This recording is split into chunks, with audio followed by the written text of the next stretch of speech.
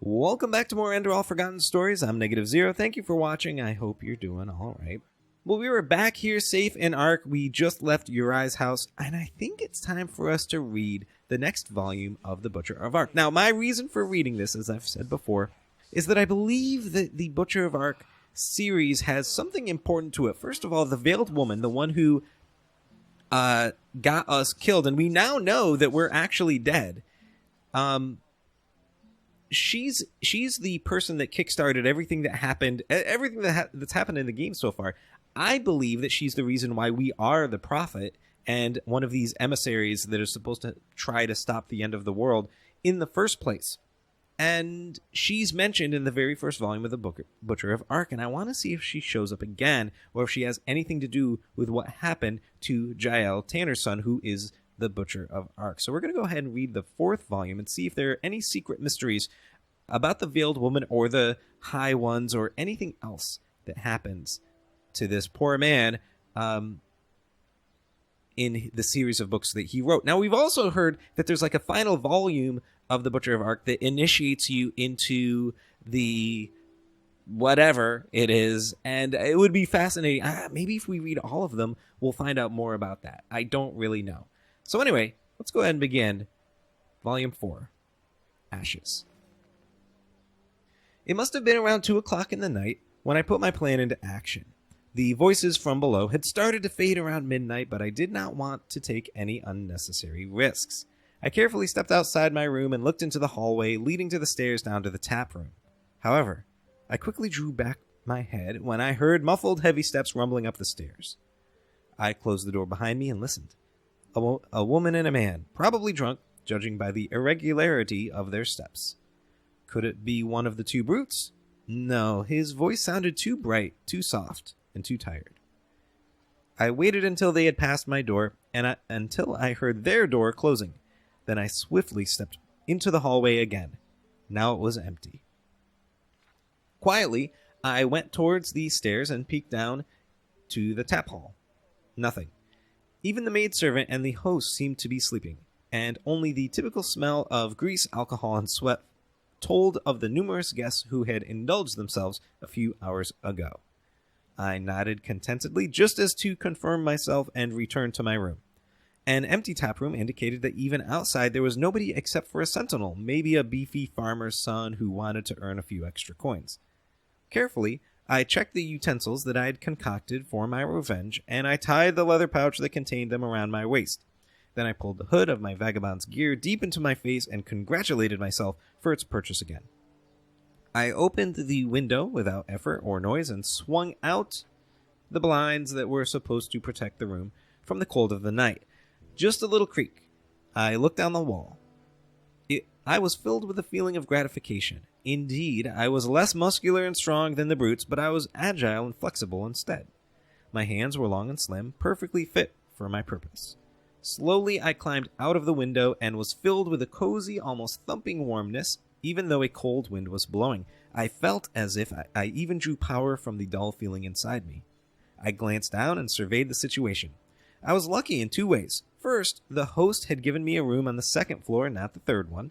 And second, just a few feet below me, there was a roof of a small porch that was probably sheltering the sentinel from rain. As I descended, I was in luck again. The tips of my boots were only a few fingers' breadth away from the roof. I inhaled deeply and loosened my grip from the window ledge. A muffled impact was audible, but it was not loud enough to raise suspicion. Now I had to be quick. Any second out here could be the moment that someone got aware of me. Quietly, I walked along the porch and descended from the edge. A gust of wind made my vagabond's garment flutter, just as if nature had decided to accentuate the scene. The stables where the brutes had put their horses was now in front of me. The building was an unremarkable extension of the tavern, standing in the blue of the night in perfect silence. As I came closer, I heard the heavy breath of horses, the scraping of hooves, and crinkle of hay. Carefully, I pulled the heavy iron grip at the door. It opened easily. You might well ask why an open stable door did not arouse any suspicion in me. Yet I was too consumed by the blazing determination that my bold plan of revenge had created, so I snuck inside. just a small side note. This is translated, I believe, from German, so we are going to get some off grammar. Don't worry about it. Only 5 horses were in the stable, 2 of them sleeping. A gray nag in a compartment next to the door glanced at me with an expression that could have been called skepticism, but it soon continued chewing the hay. It was not difficult to find the steeds of my tormentors, pitch black and muscular as they were. They stood at the very end of the horse wing, in a chamber separated by a fragile wooden door. Now the moment had come. Cautiously, I kneeled down at the compartment of the first steed near the manger. I was unable to fight a feeling of envy as I inspected the animal from up close. Even an amateur like me could see that it was a Scaragian rock stallion. For a while I quarreled with myself. Who were these men that could afford such noble horses? And what was going to happen to me if they ever got scent of the fact that I was responsible for what was going to happen to them in the morning? Maybe all this is the first time in your life that you show courage. These 2 bastards have earned a lesson in humility. Of course, the voice was right. I was right. To recoil now would be an act of cowardice, a shame that I did not want to live with.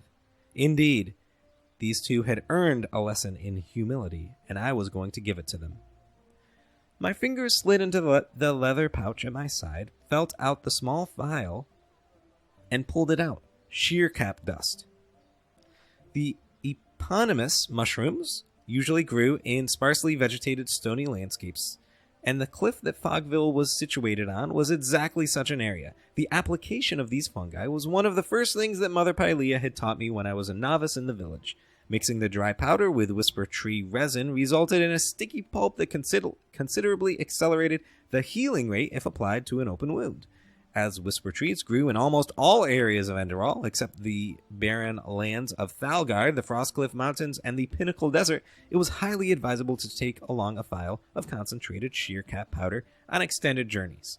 The small vessel provided protection from various ailments and afflictions, first of all inflammation, to those who knew the right mixture ratio.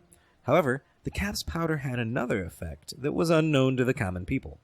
If it reached the stomach of an unfortunate fellow in an excessive concentration, it triggered something that would be best described as a cascade of rage. Negative feelings such as grief, hate, and anger were amplified many times over. An irascible man would lose his temper even faster than usual. A gloomy, heartbroken woman would be suffering unbearably, leading to a full breakdown. The effect of concentrated shear cap powder mixed into a meal equaled the feelings that a trained psionic could evoke in his victims. The only difference was that the powder needed 7 or 8 hours to take effect. In this case, though, I welcomed the delay, as you can imagine. According to my plan, the 2 brutes, full of arrogance and pride, would be mounting their expensive stallions only to be thrown to the ground by the befuddled horses in full gallop. The horses would probably be running away, leaving behind the primitives with considerable bruises or fractures. At that time, I was shocked by the gratification, or rather lust, that the thought gave me. A smile formed on my lips as I opened the vial and walked towards the sleeping horses. I did not have to search long for the trough. It contained a pap of hay, mashed apples, and rancid water, most likely a meal that the splendid animals were not accustomed to, yet it was tasty enough to whet their appetite. I crouched down in front of the bucket that stood at the end of the hallway between the 2 compartments, poured 2 small heaps of the powder on my hand, and mixed them in the food. Then I carried the trough to the compartment, waved it around in front of the horses, and murmured something I considered appropriate to smoothly wake up a warhorse. I did not have to wait long. Sluggishly, the first horse opened an eye and gave me an undefinable glance. Sleepily, it shook its head as if the mental classification of my presence meant too much effort at this late hour, fluttered its lips, and dipped its head into the trough.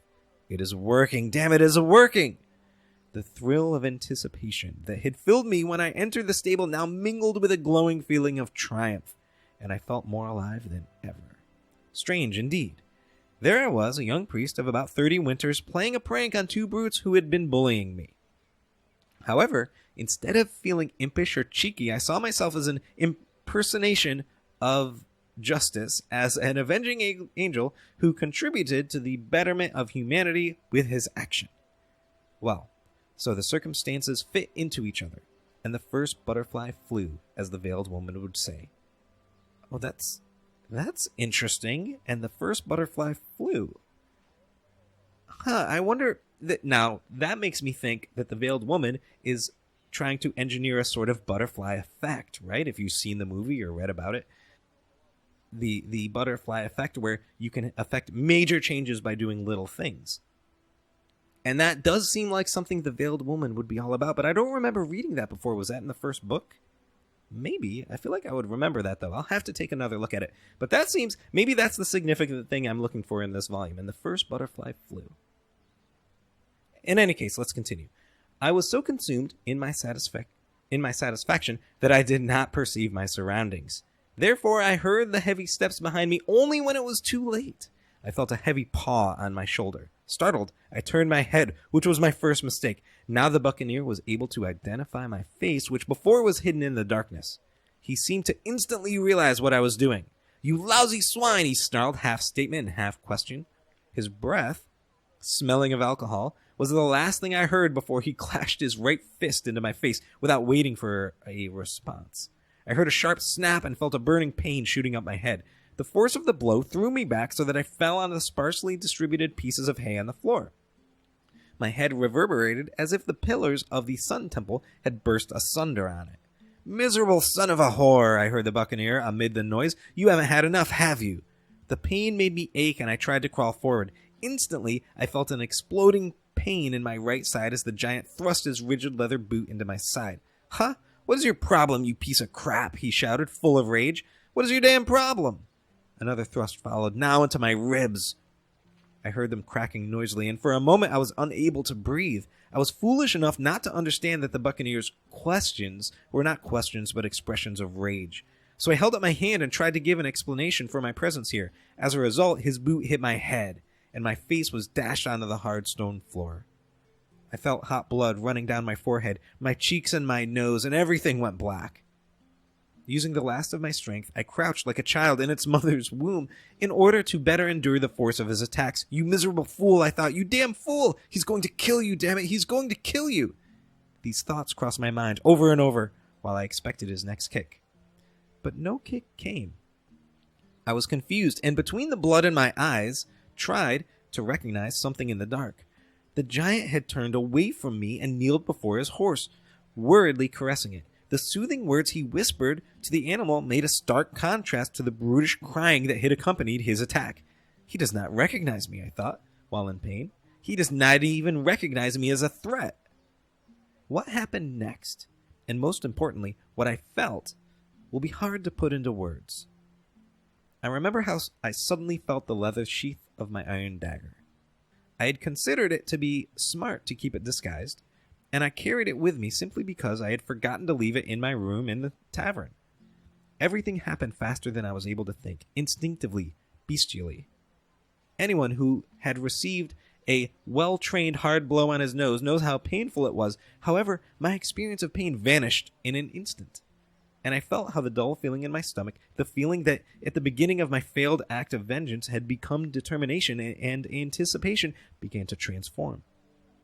If a feeling had a form, it changed after my last thoughts were thought. "Degenerate bastard," it thought through my mind. "First you humiliate me without reason in front of all the people, and now you dare to spoil my revenge?" The anger in my stomach started to smolder, and in a matter of seconds my body was soaked in sweat. I trembled.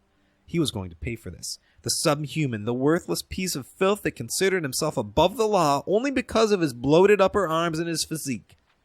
Indeed, some people did not deserve a place in this world. Quietly, bristling with rage, I drew my dagger. My arm was strangely twisted by the kicks, but I ignored the pain. It did not exist anymore. There was only me and my enemy. And then I was there. With a force I did not think my slim arms were capable of, I drove the dagger into the brute's back. Surprised and stunned, the gorilla gasped and turned around. Now there was no hint of malice and mocking in his eyes. Instead, I saw bewilderment, as if what was about to happen did not belong to the realm of possibility. Then it changed to plain bestial rage. He grabbed my throat with both hands and lifted me so that I dangled like a convict from the gallows. Unconcernedly, the dagger stuck in his back as if it had been there from the day of his birth.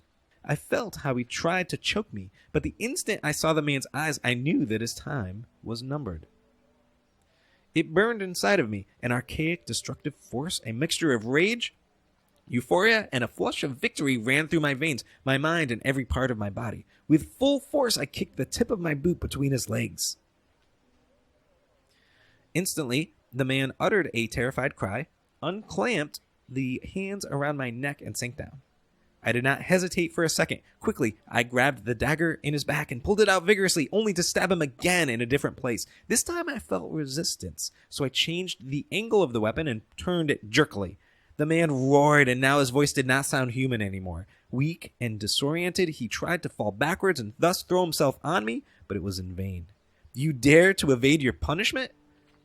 The voice in my head ranted. After all you did to me, you dare to resist me? Huh? One more time I hit him with my dagger, and this time I drove it into his thigh. Again he staggered, gasping unintelligible words. This time he did not try to fight back. Instead, he sank to his knees and started to whimper.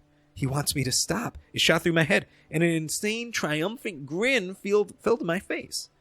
This piece of crap seriously wants mercy? However, I did not grant him mercy. Instead, I threw myself upon him and knocked him down to the floor. Now I kneeled over him, and for a short, quirky moment, I realized that a stranger who, at this very moment, had watched our silhouettes must have considered us a couple in love play. A laugh left my throat, and another, louder one. The way he was laying there, the big, remorseless giant, looked at me with delirious eyes full of fear like a boy who was about to receive a well-deserved spanking from his father. His steed did not seem to be concerned at all. Please, please not. Please no, he whispered, and blood gushed out of his mouth. What happened then will be hard to put into words. First, I was overcome by a wave of demonic joy and broke out into manic laughter. I threw my head backwards and laughed loud and ringing. An ecstatic frenzy swept through my bones, my veins, my body. By the Black Guardian, I felt alive. I felt as if I had lived with a veil over my eyes that was now torn away, as if I had considered a shadow on the wall for the thing that had cast it. Like a priest who killed a sacrificial lamb, I grabbed the dagger with both my hands, held it above my head, and drove it into the brute's chest. In the very instant when the poignant sound of steel penetrating flesh occurred, something happened that changed my life forever. For a short moment, I became the man who I killed. Indeed, I became him and stayed myself at the same time, as paradoxical as it may sound to you.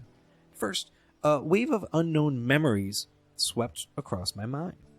I saw the brute having the blood of a Scaragian man on his hands. I saw him in a dark room, holding a black piece of cloth, weeping.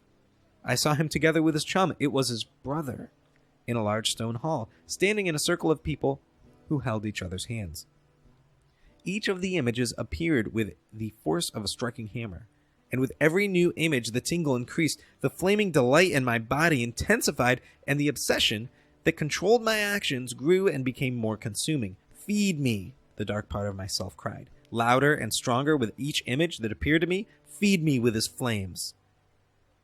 With shaking hands and sweat all over my body, I pulled the dagger out of the dead body of the giant, only to drive it into his chest one more time, 3 times stronger than before. Again, a wave of images filled my mind. In the very moment the dagger hit him, revealing themselves to me with the rhythm of an adrenaline-fueled heartbeat. Every new image bestowed a rise of ecstasy upon me. I uttered a noise that was meant to be a sigh of pleasure, but it left my mouth as a manic, demonic croak. By the righteous way, I experienced a feeling of rapture like never before. I am alive, my thoughts cried while I lifted the blade for the next blow. I live and I judge. The blade dashed down again and pierced the lifeless flesh that lay below me. Memories, ecstasy. His red lifeblood was in my face, hot and sticky, but I did not care. No, I cared about nothing at all, for I would judge, kill, punish him for his sins, stab for stab, memory for memory, until nothing remained of him, nothing but cold, lifeless ashes. Even now, almost a year later, I feel my palms grow moist and my breath accelerate when I recall this memory. The ink becomes darker and the quill breaks.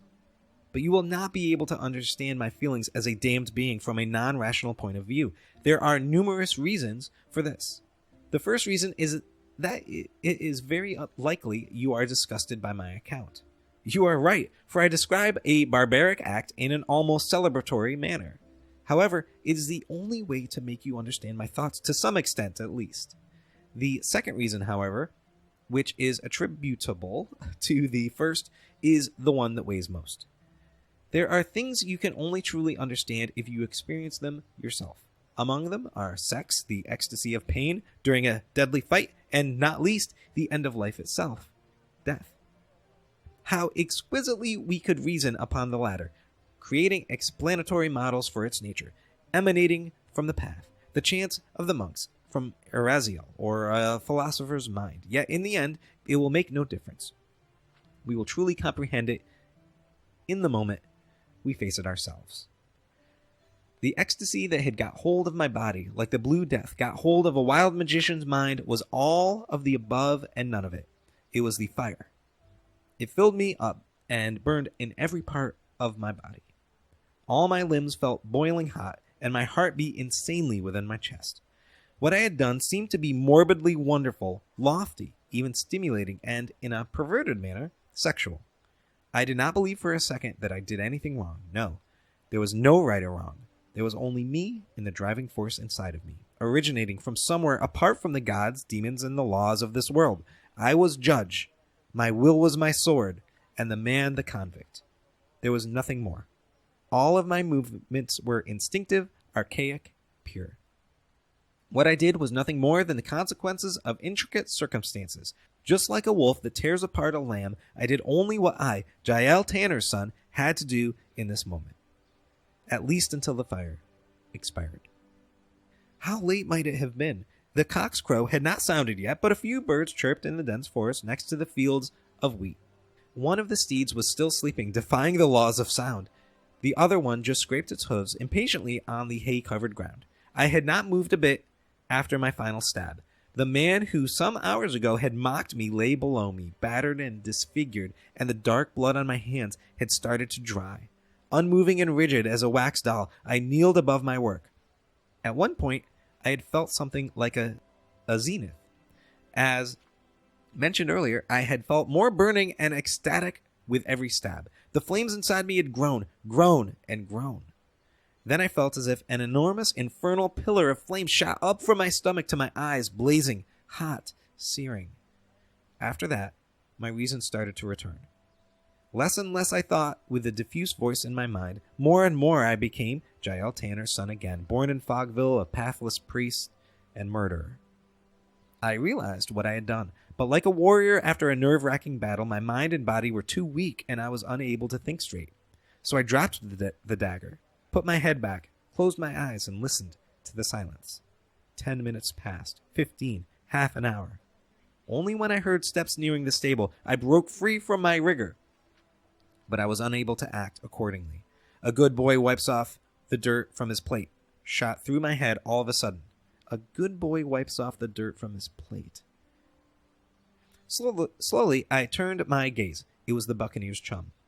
For a short moment, the fire started to glow inside me again, and I smiled an almost indulgent smile at the man who stared at the carnage in disbelief. Then it disappeared, too tired, too weak, sated. The brute's hand started to move towards his sword slowly and lethargically. Suddenly, he broke down with a choked, dead groan. I blinked, too apathetic to fully comprehend what just happened. A dark shape, veiled in shadows, stood still like a statue behind the collapsed body at the entrance. Then it started to move and approached me.